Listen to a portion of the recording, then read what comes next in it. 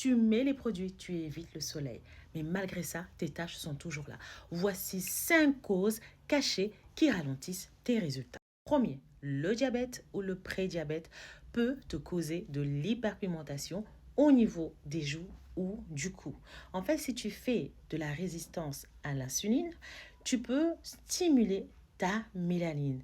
Même sans bouton, même avec une bonne protection solaire, tu peux te retrouver avec des taches d'hyperpigmentation. De deux, certains médicaments photosensibilisants comme la pilule, les antibiotiques, les anti-inflammatoires, en fait, ils sensibilisent ta peau face à la lumière. Du coup, tu peux te retrouver avec des taches d'hyperpigmentation, même avec un peu de soleil.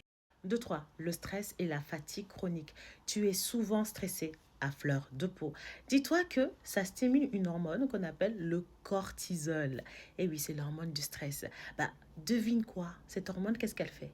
Elle stimule la mélanine.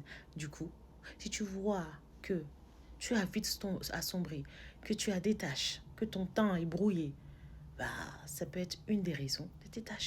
De 4, la grossesse ou le dérèglement hormonaux comme la préménopause ou la ménopause. Et oui, donc tu dois savoir que ce n'est pas que la grossesse qui peut te donner du mélasma. Non, il y a le SOPK, ok, les cycles irréguliers, préménopause, ménopause. En fait, quand les hormones s'emballent, bah c'est là que les taches s'installent. De 5, le manque de fer et de vitamines.